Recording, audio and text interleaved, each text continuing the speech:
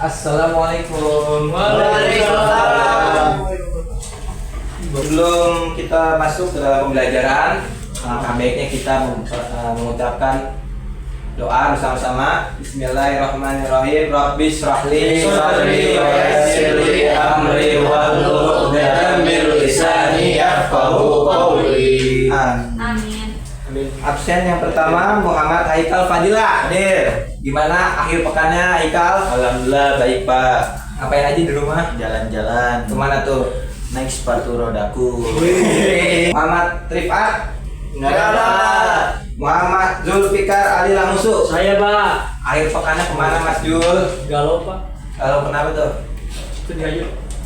Muhammad Junaidi. Hadir Pak. Hari minggunya ngapain? Tidur Pak. Waduh, kira orang males tuh. Muhammad Jidan Khairul Zaman. Hadir Pak. Hari minggunya ngapain? Kemarin Pak, saya lari. Kalau lari di mana tuh? Dari maraton. Saya lagi diet Pak. Aslit Eka Tahmida. Hadir Pak. Fajriah. Hadir Pak. Hari minggu ngapain? Gak kemana-mana Pak, di rumah aja. Waduh. Muhammad Ibaludin Yusuf. Jangan Kamar mandi Pak. Muhammad Iqbal Alfiandi. Hari minggunya ngapain tuh? Nanam Pak, nanam. Nanam apa tuh? Singkong. Nur Fadilah Sari Rizky. Iya. Hari minggunya kemana? Pacaran Pak. Oh Pak, saya masih nggak boleh Salam, pacaran. Pak. Bong Pak, saya ke ini jalan-jalan ke SMP. Ya. Pacaran dia Pak. Enggak, Pak. Kita mau belajar apa Pak hari ini Pak? Oke, pertanyaan bagus. Pada hari ini kita akan belajar tentang akhlakul karimah. Wih. Di sini siapa yang tahu apa itu akhlak? Harap tahu Pak. Apa Haikal? Kebiasaan. Saya perilaku, Oke, Ada ada lagi? Pak, adat Pak. Ada lagi? tingkah laku. Oke. Jadi akhlak itu adalah suatu identitas yang menggambarkan diri orang itu apakah dia orang baik atau tidak. Pada kesempatan kali ini kita akan belajar tentang akhlakul karimah, transformasi karakter siswa SMA di era digital. Apa contoh perilaku atau akhlak yang gak baik di era zaman sekarang yang bisa disebutkan? Saya Pak. Apa itu? Nonton. Membuli Pak, membuli Pak. Oh iya. Ada lagi akhlak yang tidak terpuji. Tidak terpuji Iya. Kalau nggak Pak. Oke. Nyopet. Oke. Ada apa lagi? Cinta bertepuk sebelah tangan Pak. Astagfirullahaladzim. Siapa Jul? Starla. Nah, Nggak Pak. biar kalian ini ya, Itu gambarnya anak-anak bagus ya. SMA Iya Pak. yang gampang terjerumus pada informasi yang sangat tidak bisa dibendung karena setiap detiknya ketika kalian scrolling ada lagi informasi yang membuat kalian itu tidak fokus pada apa yang ingin kalian cari. Ya Pak. Di era digital ini juga terjadi namanya krisis identitas. Di balik layar gawai, remaja kehilangan jati diri dan mudah terbawa arus tren. Jadi menurut kalian tuh apa yang menjadi masalah ketika siswa SMA atau sepantaran kalian lah, kok bisa gitu di era digital yang informasi serba mudah itu bisa terjerumus pada yang namanya krisis identitas? Ada yang bisa jawab? Saya Pak. Apa tuh Mas Jul? Main HP mulu Pak. Apa aja main HP-nya tuh? Main HP-nya nggak kayak dia tuh bukan ada manfaatnya. Kayak dia main HP buat bermalas-malasan Pak. Jadi krisis identitas harusnya Pak bisa masih banyak hal yang bisa dia lakuin Pak. Betul sekali tuh. Yang pas saya cerita. Budaya instan itu menggeser etika sosial Cis. yang dibangun melalui proses dan kesabaran. Akhlakul karimah itu terbentuk lewat pembiasaan, lewat waktu yang tidak lama, lewat waktu yang tidak sedikit yang tentunya membutuhkan kesabaran yang luar biasa. Nah, akhlakul karimah itu bukan sekadar teori yang dipelajari, melainkan adalah suatu nilai-nilai yang ditanam, yang mengakar dalam jiwa dan tercermin dalam tindakan sehari-hari. Apa aja contoh nih menurut kalian akhlakul karimah yang gampang diterapkan pada kehidupan sehari-hari? Jujur Pak. Apalagi? Berkata yang baik. Apalagi? Berbakti. Apalagi? Membantu. Membantu apa? Membantu orang kesusahan. Ya. Sumbang. Manifestasi nyata dari iman Islam dan ihsan dalam kehidupan. Jadi akhlakul karimah itu adalah manifestasi, adalah suatu manfaat dari keimanan, dari iman, Islam dan ihsan dalam kehidupan. Jadi akhlakul karimah itulah suatu identitas yang harus kalian miliki ya sebagai siswa SMA, yang menjadi suatu pembeda antara kalian dengan siswa yang lain, antara kalian dengan anak yang lain. Gitu. Baik Pak. Akhlak itu memiliki 3 dimensi. Yang pertama adalah dimensi hubungan vertikal, kedekatan dengan Allah Subhanahu wa taala melalui ibadah, tawakal dan ketakwaan. Akhlakul karimah itu terbentuk lewat pembiasaan ibadah yang tentunya harus bisa mengakar dalam jiwa. Tadi belajar apa saja sebelum saya datang sini? Ada etika Pak. Etika, terus berbicara. Iya. ria. Iya Pak. Akhlakul karimah itu tidak bisa dibentuk lewat ibadah yang hanya ingin ditampilkan, yang hanya ingin dipublikasikan untuk mendapatkan like, jempol, lalu juga pujian dari orang lain. Akhlakul karimah itu lebih dari sekadar itu. Dan juga ada hubungan horizontal. Etika berinteraksi dengan sesama manusia atau hablum minanas. Bagaimana kita bisa berakhlakul karimah kalau kita tidak bisa beretika dengan sesama manusia? Iya Pak. Apa contoh etika? Ada yang tahu? Contoh beretika. Ngobrol baik Pak. Apalagi tuh? Ngobrol sebagai teman yang susah Pak. Oke. Nah, lalu ada lingkup personal. Integritas diri yang konsisten baik di dunia nyata maupun di ruang maya. Jadi ketika orang yang sudah berakhlakul karimah itu tidak hanya dia menampilkan akhlak itu di dunia nyata saja, tapi lewat dunia maya. Bagaimana dia berkomentar, menahan untuk tidak berkomentar yang tidak baik lah, atau yang tidak mudah terpancing untuk memberikan ulasan yang atau pendapat yang tidak bagus. Akhlak di dunia maya itu yang pertama jaga lisan dan jempol. Apa contohnya? Apa contoh di sini yang bisa kasih contoh jaga lisan dan jaga jempol di media sosial? Oh, kalau jaga jempol ya Pak, jaga Ya. jempol itu jangan sembarangan kita kayak ngantar gini, misalnya begini bagus. Paling penting kalau nunjuk arah gini Pak, monggo. Gitu. Kalau kayak gini itu nggak boleh Pak. Kalau jadi tengah gimana? Itu kan kita bahasa jempol tentang. Oke, sedikit pemantik dari Haikal ya, biar gak ngantuk. Nah, teknologi sebagai dakwah. Bagaimana pendapat kalian itu soal dakwah yang disebarkan lewat media sosial? Apakah di situ bisa menekankan nilai-nilai kejujuran dalam berdakwah? Coba Haikal. Nilai-nilai kejujuran dalam dakwah. Ya, di media sosial. Yang pertama dia itu harus paham dengan agamanya, ilmunya, terus juga manfaatnya, semuanya. Ya pokoknya seperti itu dah Pak.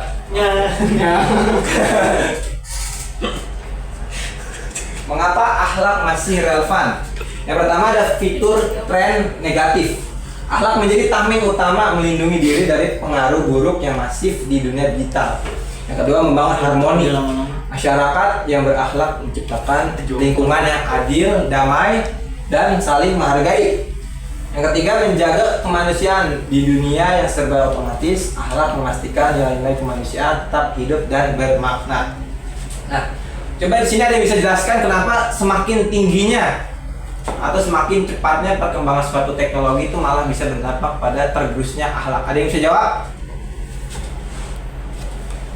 Coba Jidan, kenapa bisa gitu? Kenapa perkembangan teknologi yang begitu pesat malah menggerus akhlak?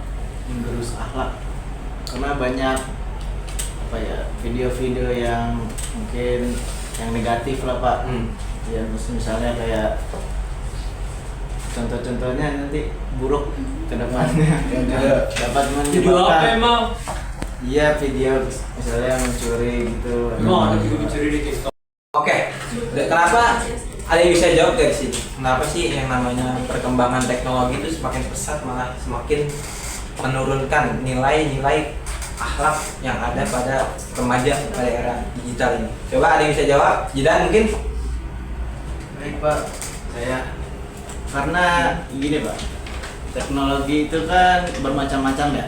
Ada yang TikTok, Instagram. Nah, isi-isinya tuh banyak, zaman sekarang itu banyak yang negatifnya. Nah, jadi salah satu itu kita itu bisa menyebabkan bahwa krisis akhlak itu dapat menurunkan ya pada akhlak diri seseorang. Tapi gimana kitanya Pak? Jadi gimana kita memakai teknologi itu dengan cara yang baik gitu, dengan cara yang positif. Negatifnya itu dibuang-buang aja Pak, jangan ditonton lah gitu Pak.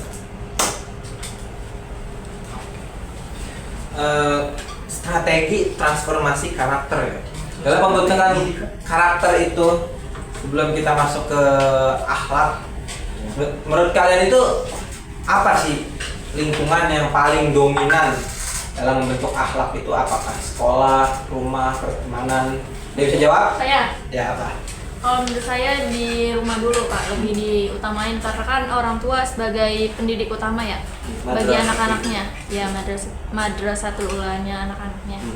Nah itu penting tuh di rumah tuh dididiknya kayak gimana.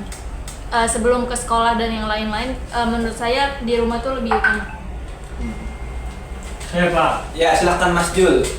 menurut saya sebelum di rumah, setelah dari rumah itu di tempat ngaji Pak. Jadi kalau dia jadi tempat ngaji kan banyak tuh pelajaran kayak nanti belajar ikro, belajar tentang akhlak, etika. Lebih baik nanti belajar di situ. Kenapa nggak di sekolah? Kenapa kalau di sekolah itu karena kan udah ketemu berbagai macam ragam orang kan ya. Tergantung lingkungan juga. Kalau orang tuanya baik di rumah pasti anaknya akan baik. Terus guru-guru ngajinya juga baik ya anaknya baik. Kalau di sekolah belum tentu karena kan anak-anak zaman sekarang masih pada tergantung sama temen-temennya yang gampang viral kayak cobain ini, cobain itu, tren ini, tren itu. Jadi habis dari rumah menurut saya yang paling baik itu di tempat ngaji, baru di sekolah. Oke. Terima kasih Mas Ali. Ini cukup relate ya dengan buku atau juga suatu kutipan yang pernah saya baca. Sebelum meminta atau sebelum berdoa meminta anak yang soleh, maka memintalah dulu untuk menjadi orang tua yang soleh. Orang tua sebagai madrasatul ula itu sangat penting karena segala tingkah laku anak itu selalu dipengaruhi oleh apa yang dia lihat pertama kali di rumah. Nah, di sini ada strategi transformatif karakter. Akidah yang kuat itu tadi adalah dilandasi atau difondasi oleh lingkungan yang sangat mendukung, entah mungkin itu di rumah, entah mungkin itu di sekolah, atau juga di lingkungan pertemanan. Makanya di sini kita harus bisa seselektif mungkin atau semilih mungkin dalam hal pertemanan. Makanya ada istilah yang menurut saya udah nggak relate. Apa itu? Bertemanlah dengan banyak orang. Tapi yang benar adalah kenallah dengan banyak orang. Jadi bukan kenapa? Bukan. Jadi kenallah dengan banyak orang, ya, tapi berteman dengan semua orang tidak. Oh. Menjadi generasi yang berakhlak di era digital itu. Bapak, saya mau nanya nggak Pak? Apa tuh Haikal? Kan kita nggak boleh berteman banyak tuh ya Pak. Iya. Itu kenapa Pak? Saya kan itu orang itu ekstrovert lah gitu. Cuma dijelasin Itu kenapa itu Pak gitu Pak? Oh itu kan lagi dijelasin malah dipotong, gimana sih? Apa? Ayo, bingung mau ngomong. Dulu Pak, jelasin dulu Pak, baru nanti ditanya Pak. Nanya dulu apa? Saya jelasin dulu. Jelasin dulu, Oke. biar jangan jelas. Yang pertama, karakter yang tadi saya katakan adalah suatu pembeda antara kalian dengan anak atau remaja yang lain. Di tengah persaingan global, karakter mulia adalah suatu keunggulan yang tidak bisa digantikan dengan teknologi. Itu yang membuat kalian itu bisa unggul di hal yang berbeda dengan orang. Yang lain unggul di bidang teknologi, tapi dia tidak unggul di akhlak. Orangnya rasis, orangnya sangat amat toksik. Tapi ketika kalian tuh memiliki akhlakul karimah atau akhlak yang sempurna atau akhlak yang terpuji, itu adalah suatu pembeda di era persaingan global yang semakin pesat ini. Yang pertama yang kedua ada integrasi nilai. Mengintegrasikan kecanggihan teknologi dengan nilai-nilai kemanusiaan dan keislaman yang luhur. Yang ketiga ada role model digital menjadi teladan nyata bagi sesama di ruang digital melalui konten dan interaksi yang positif. Nah, kesimpulannya, era digital itu bukan musuh, melainkan adalah suatu kesempatan bagaimana kita menjadi pembeda dari yang lain. Teknologi adalah media pembuktian akhlak, bukan penghalang, melainkan panggung untuk menunjukkan karakter sejati manusia. Oke, ada istilah tuh, bukan dia yang berubah, tapi aku yang semakin mengenalnya lebih dalam. Itu kata-kata dari orang yang udah hidup ribuan tahun yang lalu, yaitu Al-Imam Syafi'i rahimahullah ta'ala, yang sampai sekarang ternyata benar adanya. Orang itu tidak berubah, tapi hanya kita yang mengenalnya semakin lebih dalam. Aduh. Aduh. Aku yang Oke, ayo Haikal atau yang lain ada yang mau nanya? Kalau mau nanya juga lupa. Berbagi pengalaman, mungkin di sini kalian ada yang memiliki lingkungan pertemanan yang tidak mendukung kalian untuk jadi baik mungkin. Haikal Pak, kalau baik. Astagfirullahaladzim, Haikal kamu gak baik, saya hukum kamu ya. Gila ketahuan dia goreng. Tahu Pak, diomelin Pak. Oh ini kalau banyak tahu Pak, tuh kan. Marah Pak. Orang guru ngomel kau itu mana etikanya? Etikanya berbicara mana? Gimana Haikal? Ya, selain Haikal yang tadi nggak jadi nanya, mungkin ada lagi yang mau nanya? Pak, Ya, Ibar. kalau menurut Bapak sendiri, ya, gimana pandangan Bapak terhadap teknologi yang sekarang? Menurut Bapak lebih menonjol ke dampak yang positif atau negatif? Setiap penggunaan itu ada suatu konsekuensi. Kalau kita sebagai orang yang berakhlak, ketika kita mendapati suatu konten yang negatif, tentunya kita pasti akan menghindari itu. Ibar. Teknologi itu abu-abu, dia nggak bisa dikatakan negatif, tapi juga tidak bisa dikatakan terlalu positif. Tergantung pada pemakaiannya seperti apa. Contohnya apa? Ingin melakukan penyiaran dakwah. Kita ingin menyebarkan Islam yang rahmatan lil alamin, yang memberikan keberkahan kepada semuanya. Misalnya contohnya maulidnya itu diadakan di Bekasi, cuma ingin diperlihatkan kepada seluruh orang Indonesia, maka salah satu caranya itu bukan mengundang orang semakin memadatkan Bekasi, bukan, tapi dengan menggunakan teknologi, yaitu lewat via YouTube atau live di YouTube.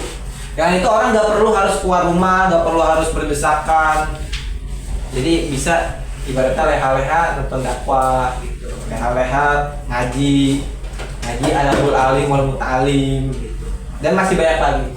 Jadi itu tadi, teknologi itu nggak bisa dikatakan negatif, tapi juga tidak bisa dikatakan terlalu positif. Itu sebagai suatu sarana fasilitas, dan juga tergantung kita bagaimana menggunakannya. Makanya ada kata-kata itu innamal a'malu binniyat. Bagaimana kita meniatkannya untuk hal yang positif, bagaimana kita meniatkannya untuk hal yang negatif. Jadi gitu ya, Gibar. Ya Pak, makasih. Sampai sini ada yang masih mau bertanya? Pak, Apa itu Bang Junet? kan sekarang teknologi itu kan udah maju ya Pak, Iya. dan semakin pesat kan. Nah, terus juga bisa nggak sih Pak teknologi itu mengubah ataupun dia mengubah seseorang itu kan, kita juga ada kan kayak Instagram untuk TikTokers gitu kan. Jadi teknologi itu dia bisa jadi terkenal, bisa menghasilkan uang, dan juga ada yang menggunakan teknologi itu menggunakan dengan hal-hal yang negatif. Nah, menurut Bapak nih untuk teknologi sekarang ini, kita sebagai Gen Z gitu kan, menggunakan teknologi itu supaya lebih berguna dan lebih baik dan tidak menimbulkan hal yang negatif itu gimana sih Pak?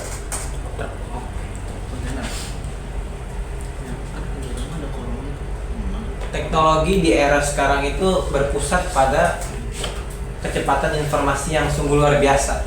Apa contohnya? Contohnya ada di media sosial yang sering kita gunakan, sering kita pakai kayak Instagram, TikTok, atau tadi yang kamu sebut itu sebagai Telegram atau yang lain sebagainya, yang digunakan bisa meraup keuntungan atau juga ingin sekadar berbagi pengalaman dan yang lain.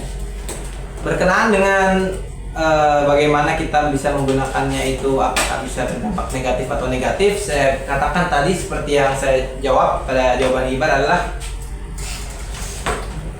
teknologi itu membuka watak asli seseorang. Jadi ibaratnya kita nih punya teman, baru cuma kita viralin dikit, tiba-tiba dia sudah merasa apa ya, di dalam Islam itu sudah merasa, wah saya terkenal, wah saya sudah banyak ngikut, viewers dan lain sebagainya. Itu kalau kata Imam Syafi'i, bukan dia yang berubah, tapi kita yang mengenal semakin lebih dalam. Aslinya ya sebenarnya orang itu nggak berubah, tapi bagaimana kita mengenal sifatnya yang asli. Jadi kalau ada konten yang negatif nih, ibaratnya dari yang positif terus negatif, itu berarti emang watak orang itu sudah negatif, tapi dia selimuti itu dengan hal yang positif. Jadi konten kreator di era sekarang itu menggunakan topeng-topeng bermuka dua dalam bermedia sosial. Ada yang ketika di rumah dia, wah ini orangnya jutek banget, wah ini orangnya apa namanya nggak baik lah ibaratnya, pada sisi yang negatif. Tapi ketika ada di media sosial, ini dia orangnya sudah baik, nggak mungkin berbuat jahat dan lain sebagainya. Itu kalau di ininya ada lah ya. Atau yang dalam kasus ini nih di nasional kita itu seperti kasus korupsinya Nadiem Makarim. Semua orang itu melihat Nadiem itu, wah ini orangnya baik, wah ini orangnya santun, dan ini orangnya ibaratnya positif lah. Gak mungkin dong dia sebagai orang yang sudah menciptakan lapangan pekerjaan, orang yang sudah membantu banyak orang, tahu-tahu ketika masuk ke dalam birokrasi kita justru malah melakukan tindakan korupsi. Jadi tapi di situ orang malah terbagi menjadi dua, yaitu ada yang beropini, yang pure opini, yang dilandasi dengan undang-undang kebebasan dalam berbicara, dan ada yang memang sekadar ikut-ikutan aja gitu, atau yang ibaratnya terbawa arus. Dalam Islam itu disebut sebagai taklid buta, udah ikut aja gitu. Oh ini orang baik, nggak mungkin jahat, nggak mungkin negatif lah. Oke, sampai sini ada lagi yang ingin bertanya? Nggak ada gua. Nggak ada, Bang. Oke, mari kita tutup pembelajaran kita pada hari ini dengan mengucap alhamdulillah bersama-sama. Alhamdulillahirabbil alamin. Oke, untuk materi selanjutnya yang akan kita pelajari adalah tentang fikih ya. Tapi di sini yang jadi guru bukan saya. Nanti ada guru selanjutnya, namanya Bapak Kibarudin Yusuf. Baik, Pak. Disingkat Bapak Rudi. Bapak Ruby. Oke. Untuk review bagaimana teman-teman pada pelajaran kita pada hari ini, apakah bermakna atau tidak? Seru. Seru, Pak. Seru penting ngantuk, Pak. Iya emang. Pembelajaran agama emang cenderung membawa kita pada rasa ngantuk. Kenapa tuh, Pak ya? Karena metode yang dipakai itu pasti selalu ceramah. Oh, gitu ya, Pak. Oke. Coba Pak pelajaran agama pakai pelajaran ini, Pak, olahraga. Oke, contohnya ya. Kita main bola pakai bismillah ya. Iya. Bismillah ya, nggak mungkin dong. Oke. Tadi buku mana ya?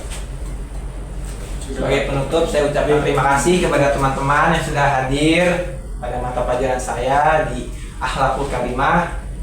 Mari kita berdoa bersama-sama. Subhanakallahumma wa bihamdika asyhadu an la ilaha illa anta astaghfiruka wa atubu ilaik. Assalamualaikum warahmatullahi wabarakatuh. Waalaikumsalam.